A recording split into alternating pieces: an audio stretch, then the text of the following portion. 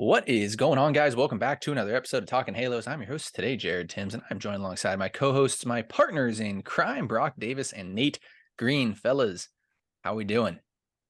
We're doing the salutes now, too. I like it.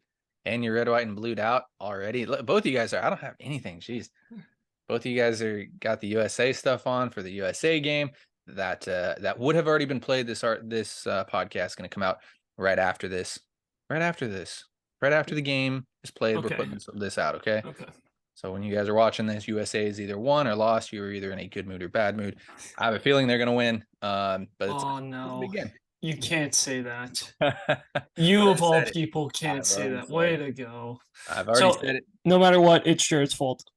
We already know it's my fault. We already know. So with that being said, don't forget to subscribe to this podcast wherever you are listening or watching. What's up, YouTube? Follow myself on Twitter, Jared_Timms, Brock at BDROX8, and Nate at NateGreen34. Don't forget to follow us on all of our social medias. Sweet. Let's get it rolling here, guys. Big, I don't know if it was press conference, but I guess you can technically call it a press conference. Arte Moreno spoke to the local media for the first time in 3 years. I like to throw out this little story as well. I was at the last Angels game that he was at, that we know he was at, or he probably was at maybe a couple. Not spring training related. Not spring training, like at Angel Stadium. I remember they were inducting somebody into the Angels Hall of Fame. Might have been whoever the last one was. Was it Finley? Salmon sounds right. Salmon Anderson. He actually showed. I don't know whoever the last ones were, because he was speaking or handing out awards. Vladdy? Could have been Vlad. Could have been talking Vlad. I think it was Vladdy. Vlad in like the actual Hall of Fame. They could have been doing something for him, but Arte showed up late. I remember sitting in the upper deck, and you can see his car pull up through. It was opening day too, so it was something weird was going on, an opening series. Artie's car pulls up. You can see it pulling up, and they obviously rush him, and the game's delayed because Arte has taken so long to get to the stadium. Granted, there was traffic because it was opening week and there were a lot of people coming in. But I always like to throw that tidbit out there because of everything that Arte Moreno has, in a sense, I don't want to say put the Angels through, but good that he has talked to the local media. Local media had been asking for it for quite some time now. Sam, Jeff, Rhett, Sarah, fantastic crew that do all that stuff. So with that being said, I want to kind of break down a couple of these articles. Jeff, Sam, and Rhett came out with one. Obviously, Sports Illustrated came out with one earlier in the week. I want thoughts first on everything Arte Moreno. I don't want to beat a dead horse, but we are going to talk about Arte Moreno these next two podcasts, and just kind of get a couple different thoughts and see kind of where everything goes.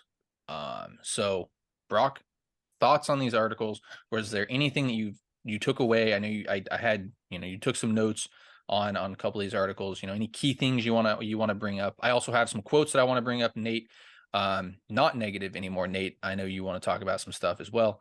So let's just let's get going. Let's get chatting. Brock, how you feeling with this? Yeah, I mean, I did write down some stuff specifically from the OC Register, the Jeff's article, and then the Sports Illustrated one.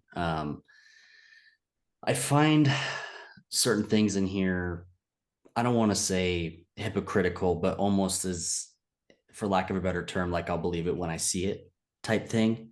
But I'll blast some off here that I found interesting that we can dig into whatever you guys want to dig into. But these are some. So he talked about 100% willing to go over the luxury tax to keep Ohtani. If Ohtani wants to stay, he said that multiple times. Jeff quoted him saying, well, Ohtani has to want to be here, just like Trout wanted to be here. And that's why Trout signed with us. So interesting. This one was pretty interesting to me, where I don't remember if this was a direct quote or not. I think it was, but it said, not in a position to compete payroll wise. And I also wrote that he's not only the 12th richest owner as of January of 23. Okay. The Blue Jays and the Mets are the only teams, like net worth wise, for the ownership group that are like well further in their own galaxy than everyone else. Like Mets and Blue Jays are way high. Like I think it's like 11 and 13 billion or something is the net worth. And everyone else between 3rd and 14th owners are like right in that same ballpark of like 6 to 3 billion. So I find it odd that you're going to say that you can't compete payroll rise when really all he's talking about is Cohen. That's all he's talking about. That's it. So, anyways, I thought that was kind of a stupid thing to say. Hold on, real quick. Let's go back to the first thing because I want to bring up that quote. That was one of the first things that I the Ohtani one. Yeah, the Ohtani one. The quote is he's arguably the most unique player and probably one of the top 5 or 10 players that can be questioned as well. Top 5 or 10 players. He's probably the best player, if not top 3 player in baseball. Top 3 for sure. Yeah, right now, which is but fine. You could read that quote so many ways. You could say he was talking about of all time. Like just don't hammer it right now. Yeah, no, that's fine. That's fine, and I could see that too. We're going to sit down. Ohtani has to want to be here too. It's two-way street. It's like the Mike Trout. It's like the Mike. It's like with Mike, should I say? I spent a lot of time with Mike. I said you have to make a decision, and it has to be where you and your family want to be. Once we sit down with the agent Nez, Ohtani has to figure out this is where he wants to be. So I kind of honestly, like, in a sense, I kind of tip the cap to Artie there. It sounds, there are so many ways to digest this because I look at it as like Artie's almost throwing in the white flag in a sense. I look at it one way that way. I also look at it as like, oh, well, Artie's giving him a chance like to talk. And then the very next quote that came out, and this is from Rhett's article in MLB.com, says, on if they started any extension talks, quote, we haven't. So that's the part where it's like, we're throwing in the white flag almost. Like we're not bringing back Ohtani right now. It's not, extension isn't happening, because if an extension was happening, they would be talking Ohtani. So at the moment, it just kind of feels like Artie's being as nice as possible to Ohtani. I think he's being realistic on the matter. Like, he's not trying to force it down Ohtani's throat. Like, oh, you have to stay. Like, we're keeping you no matter what. There's no way you're leaving. Like, he understands that this is not only his decision. From Artie's perspective, like, Ohtani has to want to stay. This isn't something that Artie can just be like, oh, I'm just going to throw money at you and you're going to stay. It's like, no, every team's going to throw money at you. Every team is going to make similar offers.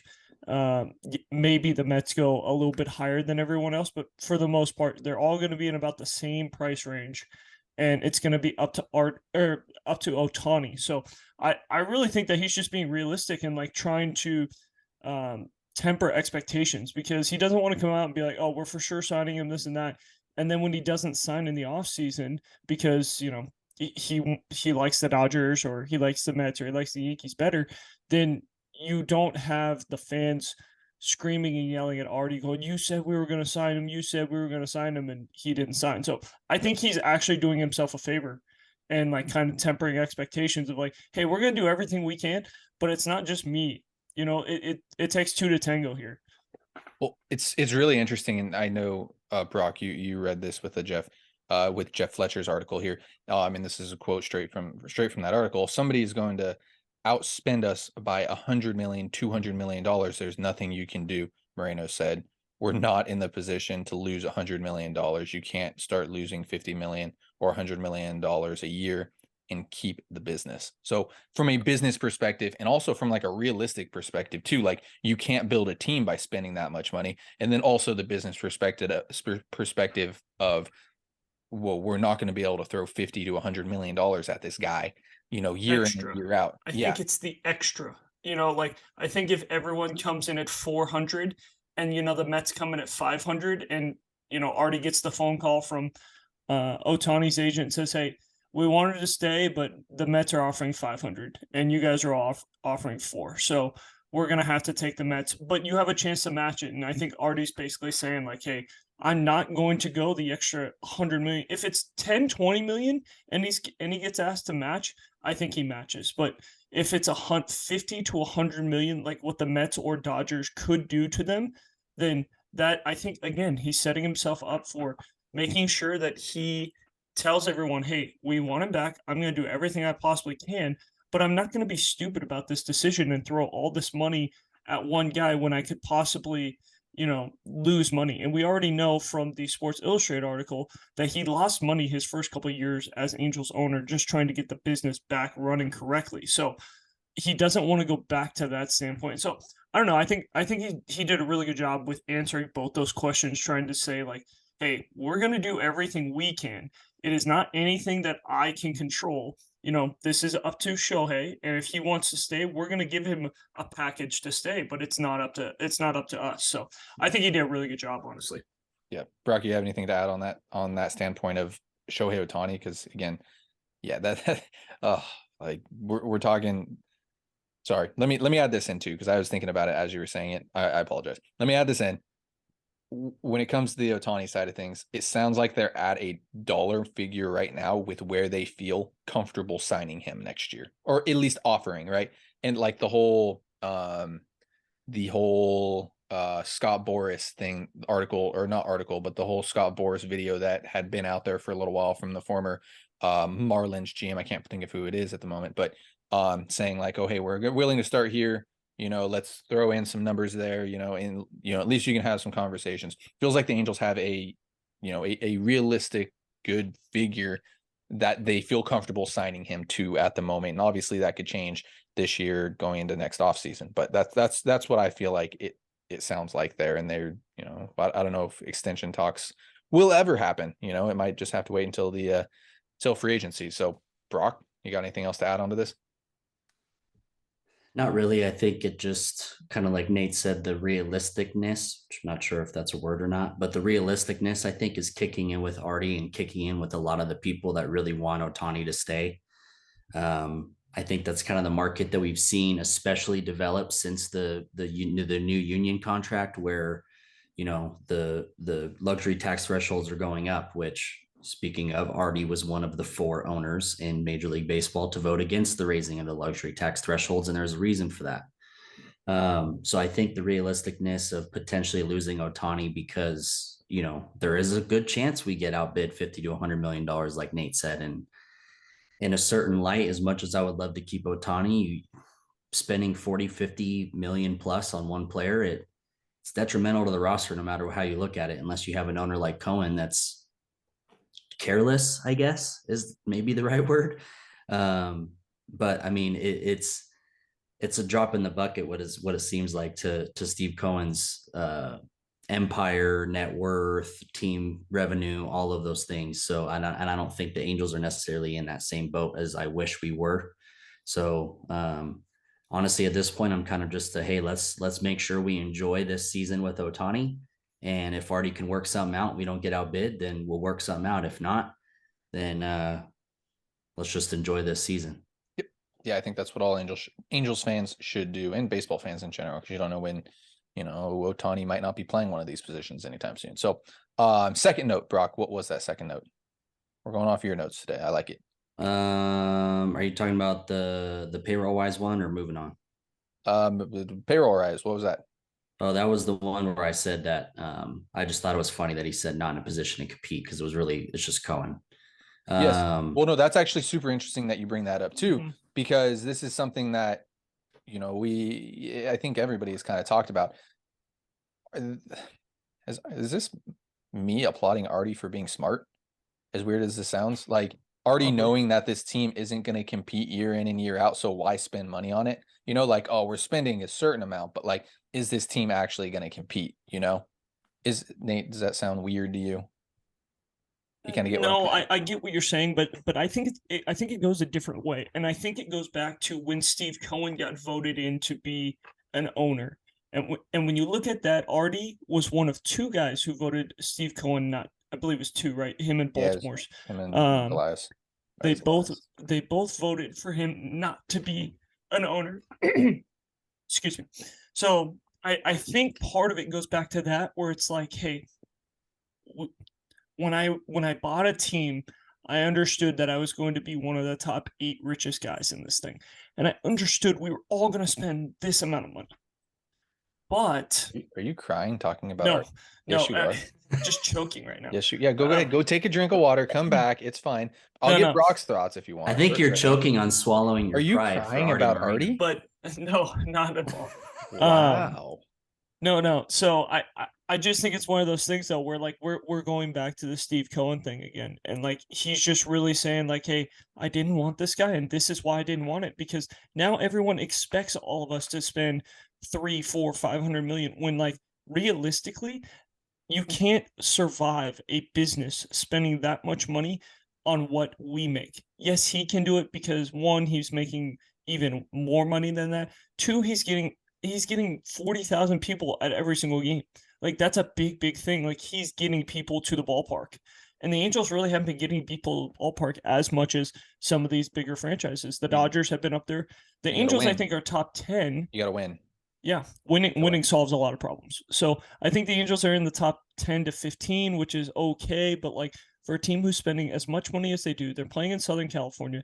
They're typically a good baseball team, always good weather, things like that. It's like easy to get to the ballpark, and it's relatively cheap. Like I think Jared and I went to a game last year for $2, like literally $2.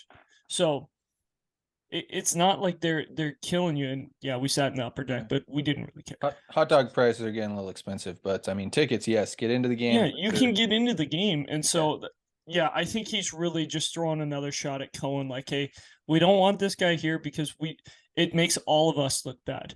And like I think the more Steve Cohen does, the worse that the Pirates look, the worse that some of these, teams that don't want us, Oakland, the worse Tampa Bay looks, the worse those type of teams look, because it's like he spent $10 million on a fourth outfielder. Who spends $10 million on a fourth outfielder? Steve Cohen did. The A's don't even have a guy who's worth $10 million. So, like, it's just making guys look worse. And I think that's more of Artie just throwing more shade of like, hey, we didn't want this yo-yo in here. We wanted to continue to run the business like we were, where we're going to compete with everyone else, but we're just getting out. We're getting out. I don't want to say we're getting outspent, but we're just getting out, like, I don't even know what the right word is, because you can't even use maybe.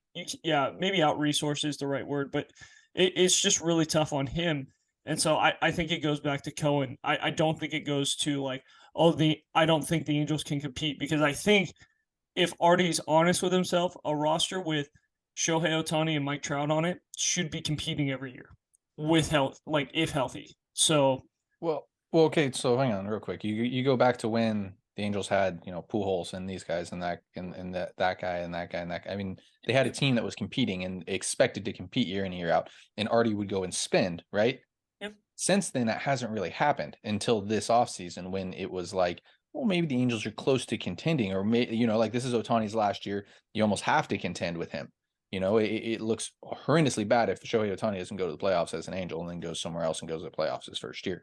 So I don't know. I look at it both ways. I get what you're saying. His numbers hasn't changed though. Like he sat around that 180, 190 range. This is the first year he's up in the 215, 220 range. But like he literally has sat in that 180, 190 range. So like it's hard for me to say like he doesn't want to put money into a team that he doesn't believe in, because they weren't ever one player away. Like we've talked about this so many times. Like when the Angels signed Josh Hamilton, the Angels were Josh Hamilton away from like being a World Series contender, right? Like they went and they signed the best player on the market and it was like, wow, this team's going to go and win a World Series. They went to the playoffs his first or second year, and it obviously spiraled out of control and shit happened. But the Angels were Josh Hamilton away. They would have obviously been nice. They spent money on Anthony Rendon. Like it's not like he's like, he could have easily gone the Cincinnati Reds way of doing business, where it's like, oh, we're not winning. We had got all the way up to 180, but we don't see a future with this team. So we're gonna go from that 180 mark all the way down to that 105 mark and just cut $75 million of money. He never did that, and so that's why I think it's more of throwing shade at Cohen, because of I just really think he hates Cohen. Yes, and my thing I'm gonna keep saying is not beating a dead horse. We could continue to talk about this subject. Brock, what is your next thing? Because I want to keep this. Yeah, rolling. I mean, I got a few. Yeah. Basically, I think it was a good sign that, which I don't know if this has come out before. I haven't heard this before, but that he told Perry and everyone else that he pretty much has a unlimited budget to improve lifestyle and improve things throughout the minor leagues, which is obviously a very positive thing, regardless of how you look at it, even if it's not an unlimited budget. But if the more money he's willing to put into the minor leagues, the better off the organization is, the better the perception is, the better development you have. And I mean, there's an unidentifiable number of things that you can benefit from by pouring money into your minor leagues. It's the way it always should be. Yeah. Yeah. And on top of that note, we talked to Ryan Costi last year, who was in low A in Tri-City, or high A, sorry, in Tri-City. When he was basically like his first couple weeks there. And he was saying that, we asked him this, it was about the housing, and granted, everybody was getting housing last year, but it was like, wow, this is actually really nice. Like my mom, he literally said, my mom would approve where I'm at, and where I'm staying.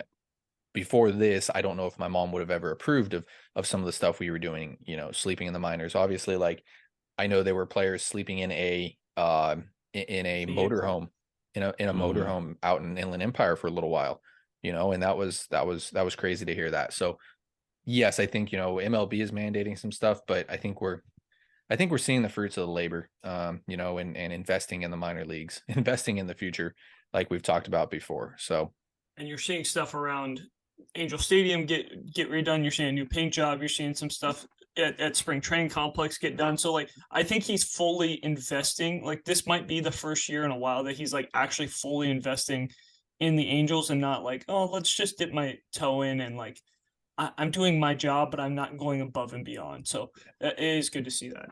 Yep. Which I want to point out, I don't know how long ago it was, but I very particularly remember me saying something about when Arte Moreno first put the team up, and we were talking about like team up for sale. Yeah. And I remember we were talking about it, and I said, this is going to go one of two ways. Either he's going to sell, and then whatever happens with the new owner is going to happen. There's no way to predict that, obviously, because you don't know who's going to own it. Or I said that he's going to back out, and he's going to come back, and he's going to do things a lot differently. And I think actually want to be there, right? Which is kind of, you could kind of pick that apart on some of his quotes. I think it was a Sports Illustrated article where he kind of talked about the first group that came that wanted to potentially buy the team. He was like, oh, you guys want to go out in the field, right? And I'm picturing it in my head, right? Like you're flaunting this thing that you're so proud of, which is how he was, saying it in the article. Whether or not that's the truth, or you want to believe that's the truth, that's a different discussion. But how he portrayed it is that this is a shiny thing, right? Where he's so proud of it. And he's like, hey, come look at the field and look at this. And they're like, nah, right? They're looking at it as a business. They're looking at it as, I want to own the Angels. I want to make money. I want to have this shiny object, but I'm not really in it for the emotion, right? I'm in it for the money. Yeah. So he kind of brought that up a little bit. And that kind of made me realize, like, you know what? If he does come back and now he's doing the paint jobs, all the stuff that Nate said, he's putting more money in the minor leagues. There was more money spent, right? He was doing that while the team was up for sale. But are we seeing a shift in Arte Moreno's type of ownership, because he almost had this, for lack of a better term, ownership revelation, where he realized what he had, right? And he almost, I don't want to say take it for granted, but I think that he wasn't going about it the right way. And I almost think that him putting it up for sale and going through that experience made him realize that. And it might be for the best, because I said that before too. If the Angels get sold, everybody wanted the Angels to get sold. Nobody wanted Arnie to be the owner anymore. But we don't know whether that would have been a good or a bad thing until it was already done. We could have had an owner that was way worse than Arnie. You always think the grass is greener, and then you get on the other side of the fence and you don't know what you're going to get until it's too late. And then how long we have to wait for the next guy, you have no idea. So we'll have to see, but I think things are pointing in the right direction. I don't want to get my hopes up once again, but I'm hoping that maybe he had the light bulb flick on during this whole process and was like, shit, I've been messing up, I was going to say, ask us next year and see how we feel about, like, give me 365 days of Arte Moreno after, his revelation, and let's see if he's still doing the same thing. If he's willing to put, money into the team and everything. Well, I also, what I don't think is fair is I think people are going to use keeping Ohtani as the valuation of whether he changed or not. Yeah, that's going to be tough. I don't think that's going to be fair. Like we already talked about. Yeah. Especially when we don't know what goes on behind closed doors. But we will know for sure that it wasn't an Artie thing if Otani signs with the Dodgers or the Mets for $500 million or $600 million, something stupid, right? We know that's not going to be. But if Otani signs 350, 400, whatever, and you're like, damn. I mean, I guess it depends on the AAV, but I think I could picture that happening as fans are going to use Otani solely as that decision of deciding how they officially want to declare Artie in their mind. Yep. And I don't think that'll be fair, but yep. As we're running out of time here, last note here, Brock, what else did you take from these? This one, I just want to spout out there in case anybody didn't hear it. I don't really want to talk about this one, but I thought it was interesting for whoever didn't see it that he got at least a $3 billion offer for the team. Yeah. And with those offers, I don't know if it was included in the offer, but he also said that he wanted to maintain 5 to 10% of the team with the deal. So another thought to think of, like, maybe he was not really ready to let go, and he has realized he messed up because he didn't want to let go from the beginning. Yep. He wanted to maintain a little chunk. But I think the last thing that would probably be interesting to talk about was that for whoever didn't see it, that they had 5 real, I'll put that in quotations because we have no context here, but per Arte Moreno, they had 5 real offers, trade offers for Otani. And then a direct quote also was that they will not trade Otani if the Halos are contending. And on the other side of the script, they asked, well, if the Angels are not contending, are you going to consider trading Otani? And he refused to answer that question, which is smart. It's kind of goes back to what Nate was saying. So take that for what you will. With that, so let's think about this. The five teams who they probably were. We can Yankees, probably agree the Padres, Yankees, Mets, Dodgers. Padres. Who? That's 4. Yankees, Mets, Dodgers, Padres. That's 4. You had a 5th one. I already know the 5th. You know, Braves, Red Sox, one of those 2. No, the 5th one was the White Sox. That already came out. There you go. The White Sox was that 5th one. So those are probably those 5 teams. Having getting a return like Juan Soto. I mean, this is my final thought. Getting a return like Juan Soto would not have been too bad. So isn't he a free agent after this year? Not Juan Soto itself, but for what the Padres gave up. Oh, I see what you're saying. Sorry, gotcha. I phrased that weird. I was like, I don't want Soto though. Yeah, what the Padres gave up for Juan Soto is not bad, you know. So, we got any final thoughts here, Nate? I'll let you go first, and Brock, I'll let you take it away. Yeah. And this is gonna sound weird, but reading everything in these articles and things like that, Arte hasn't changed. Same guy, literally same guy. Business first mindset. Yeah.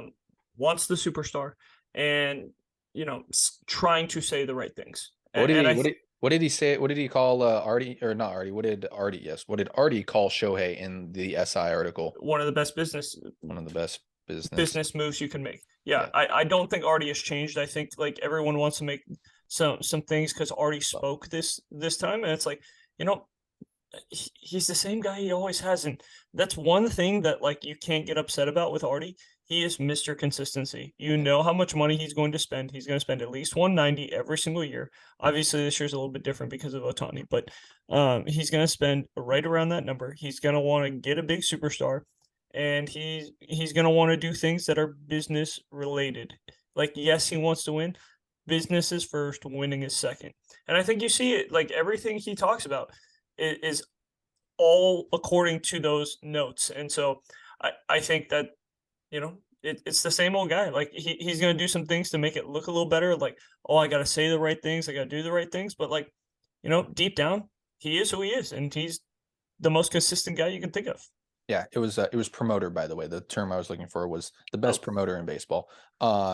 Trey Turner, to answer another one of your things there, because Arte wanted Trey Turner really bad. And then I also think it's Perry Minasian's job to find a way to balance that out. Yes, Arte is a businessman. We know that. Arte, he's the owner of the team. His job is to make money off the team. Steve Cohen is a unicorn of owning. He wants to win as of right now, right? He wants to go win. He doesn't really care about anything else. That could change down the road for sure. So I think it's Perry's job to balance it out, or a GM's job to balance it out and have that as, just baseball side of stuff. So Brock, take it away. What do you got? Final thought. I mean, to tag on to what Nate said about, business first, winning second, I think all of us would be dumb to not realize that by this point. But I'll tell you one thing. I don't give a shit if he's business mindset or winning mindset. All I care about, whatever he wants to be, all I want to do is win. So whatever he needs to do on his end of the spectrum on to make him happy, but we still win, I could give a crap. I do not care. If and to be honest, even I don't go to nearly enough games as I should for living as close as I do. Honestly, I really like enjoying my own beer at home and watching it on my big TV at home. Sometimes I like to go to the game for the experience with friends, but dude, if you need to raise beer prices again 10% to keep up with inflation and utilities and all the stuff you got to pay for to put us in a position where you as Artie Marino want to spend more, right? I'm not saying on one player, but do the type of spending that our GMs want to do and the fans want to do to put you in that business comfortable position. Yep. Raise the beers by 10%. What's the 10% to me or to you guys when you're buying a beer, right? If the beers are $6, what is that? What's 10% of $6?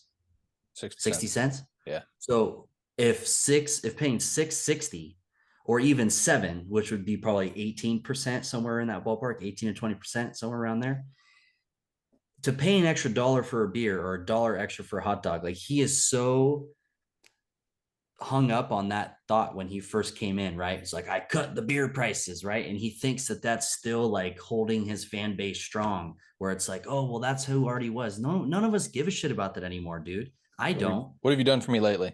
I want to win. Nothing's happened lately.